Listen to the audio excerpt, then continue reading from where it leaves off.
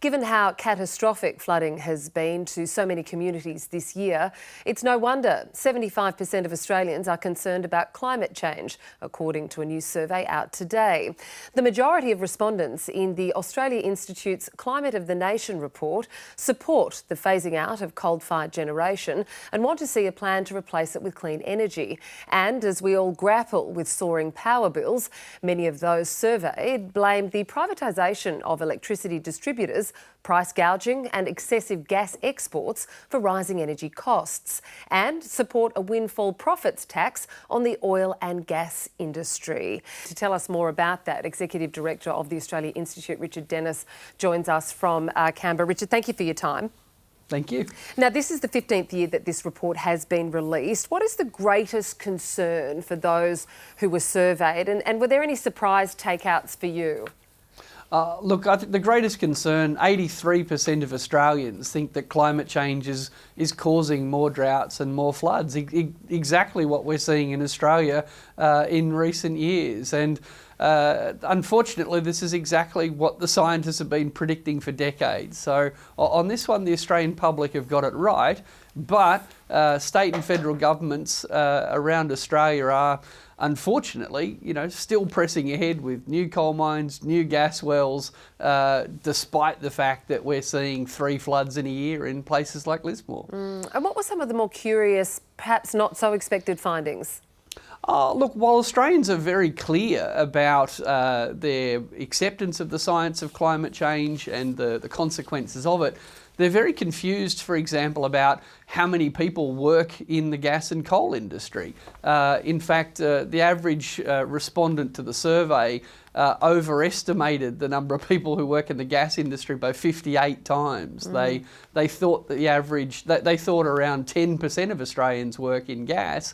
It's actually 0.2%. So, the PR campaigns have worked, but the science is getting through to people as well.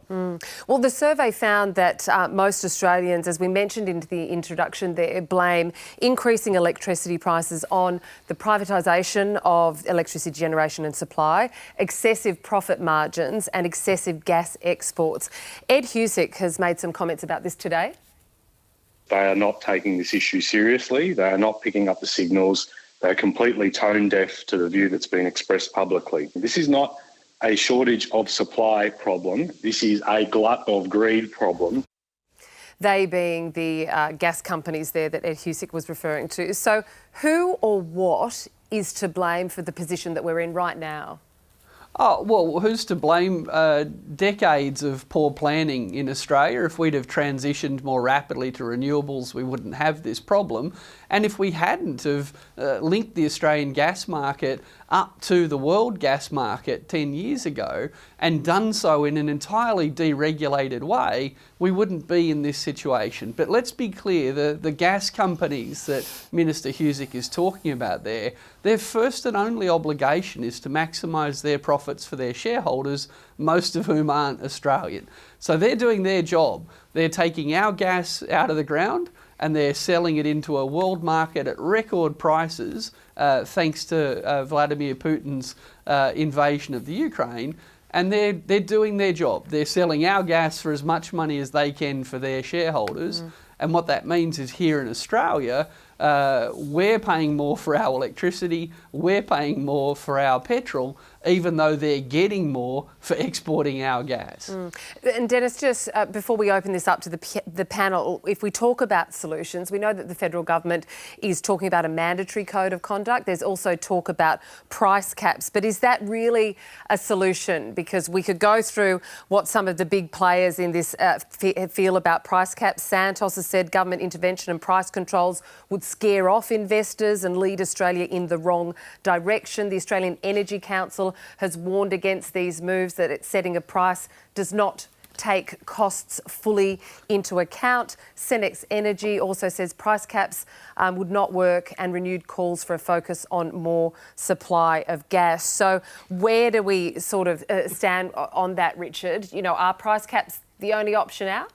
No, there's lots of options, and the gas industry will rage against all of them. I mean, breaking news, gas industry says, please leave us alone to keep making record profits. Whether we cap prices, whether we cap exports, whether we have a windfall profits tax like those well-known leftists over there, and Boris Johnson and other UK prime ministers, and there are so many simple solutions here, including, for example, a simple export levy on the gas and coal we export, which could be used to actually help communities like Lismore get through the pain and the suffering that this climate change is causing. Let's be clear, we're selling coal and gas to the rest of the world. When they burn it, they cause the climate change we're experiencing. And the Australian government sort of says, oh, it doesn't matter, we're exporting it. Well, it doesn't matter where in the world it's burned, it's going to harm our reef, it's going to harm our communities. It's all those Scope 3 emissions, isn't it, Richard? To your point there, in the report, 62% of Australians support a levy on the fossil fuel industry. David, I mean, where do you sit on this? Do you think that it is time for a super profits tax to be revisited? I mean, there is the PRRT that is currently in operation, or is the price caps where you would land?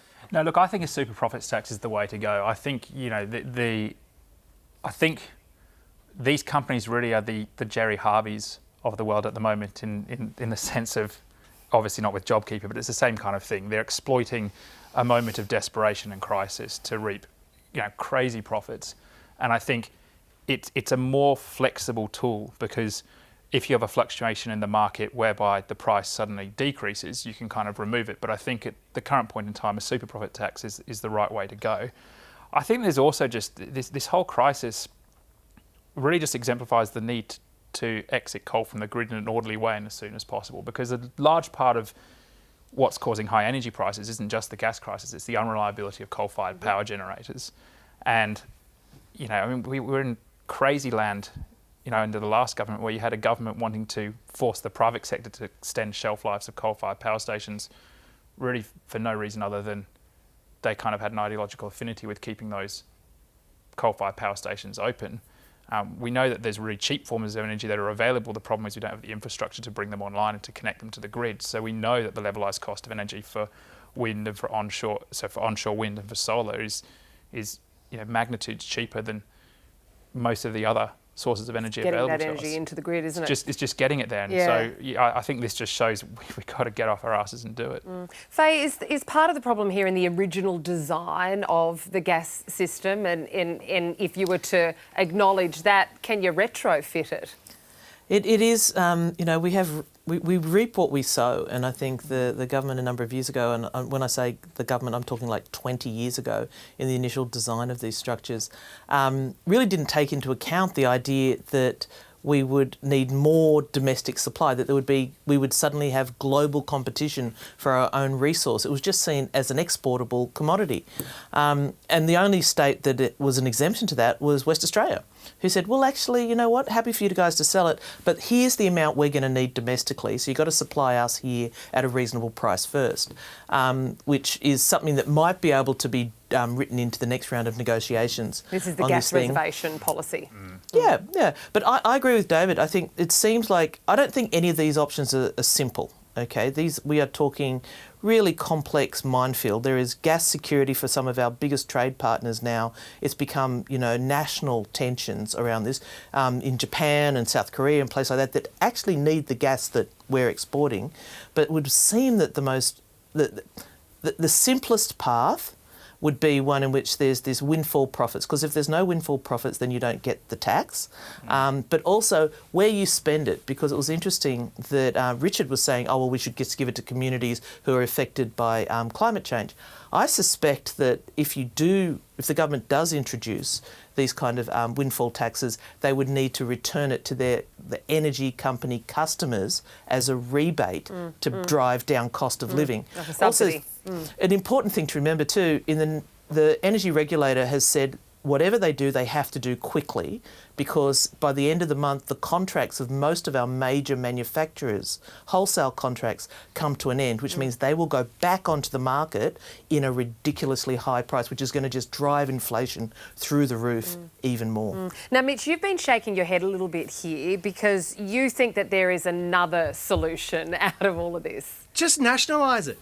Why are we talking about all these extra things? We're talking about a super profit tax so we can get some of the profit from our resources that are going overseas some of the time, and sometimes we can set aside a certain amount, but so long as the shareholders are just nationalise it. If it's so profitable to send our own natural resources overseas, then we should be the beneficiaries, not a private company, not a company with foreign shareholders. This is absurd. Sure, David, you're laughing, but surely you can get behind some patriotism with me. Yeah, well, I mean, not even Australian patriotism. energy. Why did you say no immediately to that, David? Why doesn't it make sense to you? But you can apply that logic with almost anything that is a source of wealth creation in Australia. And You can, David.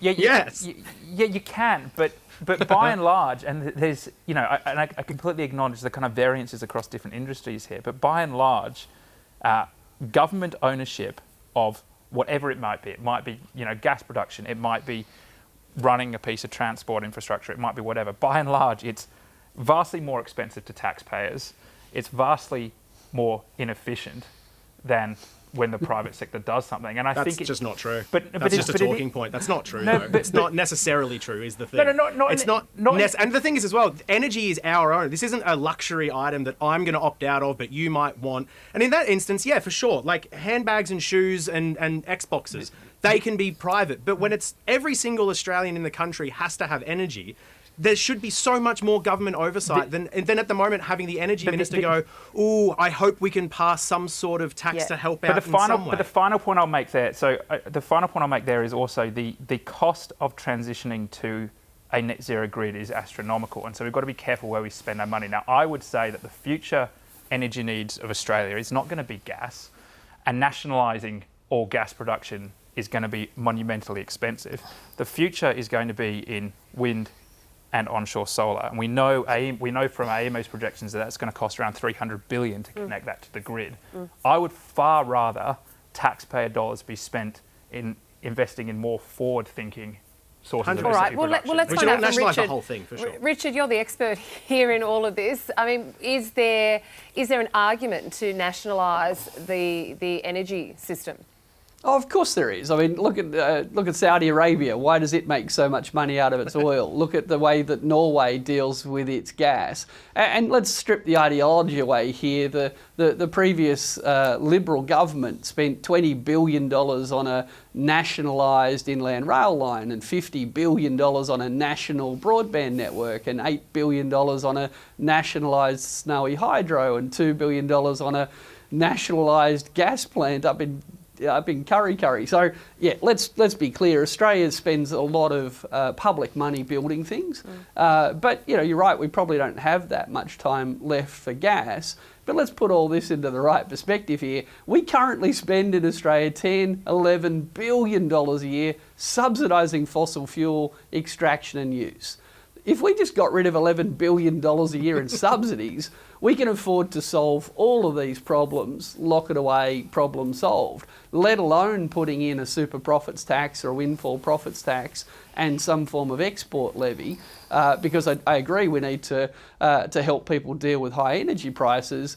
I was suggesting we have a levy on all exports going forward, because every tonne of coal and every gigajoule of gas we sell is going to be burned to do harm to us.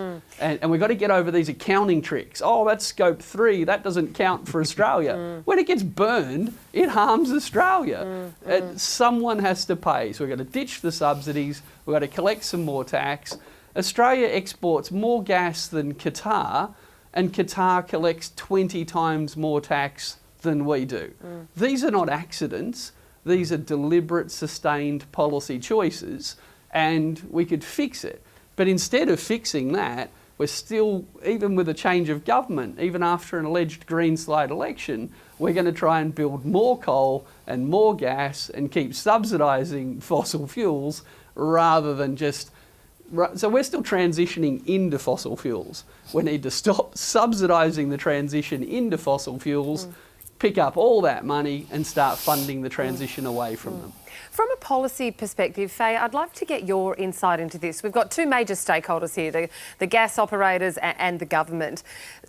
The government is creating policy, ostensibly you would assume, for the Australian people, and we know that gas is an asset that belongs to all Australians. And then you have the gas providers who are creating policies ostensibly for their shareholders. How do these policies, how should they both be looking at formulating these policies? And do the gas providers have a moral obligation, a social conscience contract, if you like, to the Australian people whilst they're still trying to appeal to their shareholders? There's a lot in that. Yes. I think the concept of national interest is the responsibility of the government.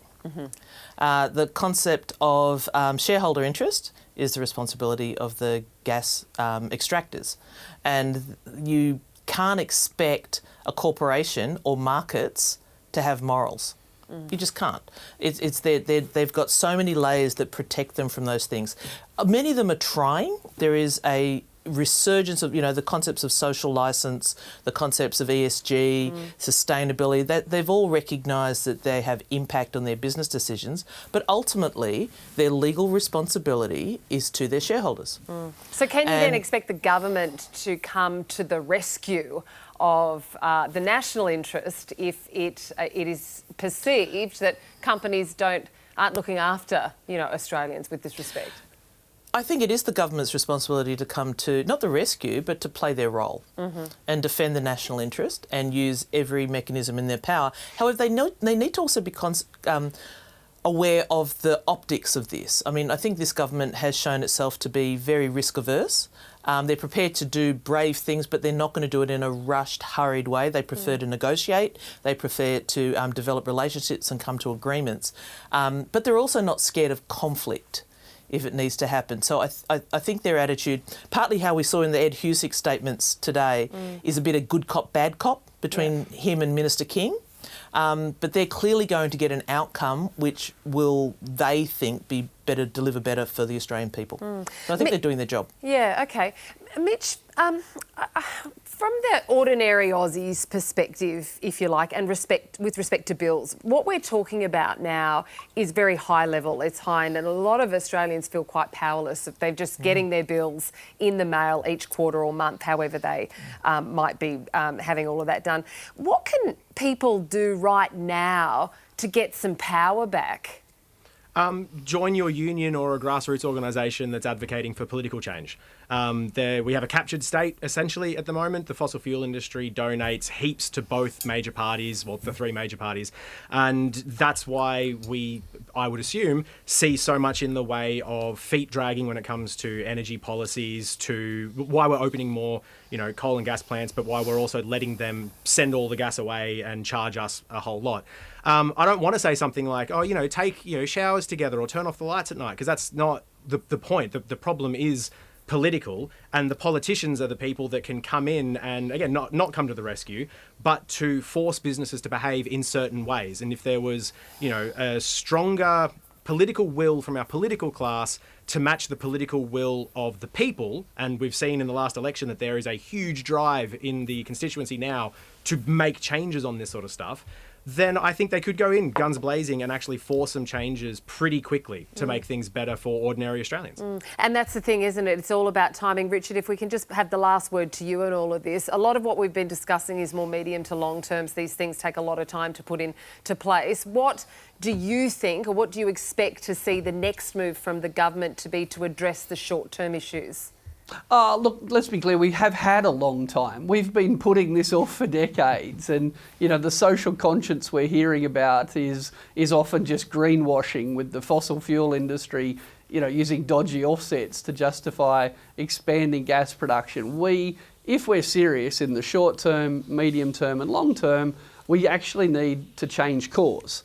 We actually need to extract less fossil fuels and burn less fossil fuels and stop chopping down so many trees. We need to do all of that, and if we don't do it, we're going to have more floods, and that's going to cost a lot.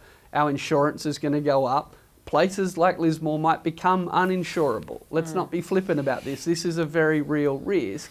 And that's what the science is telling us. So yes, we need regulation to help keep energy prices down now, but no regulation, literally no regulation, can stop floods and storms and droughts and fires. So if we don't like the cost of this crisis, we are really not going to enjoy the cost of the actual crises coming our way. And that means we need to stop going in the wrong direction, stop greenwashing with dodgy offsets and weird sort of accounting tricks, and actually get on with transitioning away from fossil fuels the way the science says we need to. Richard Dennis, Executive Director of the Australia Institute, thank you for joining us. Thank you.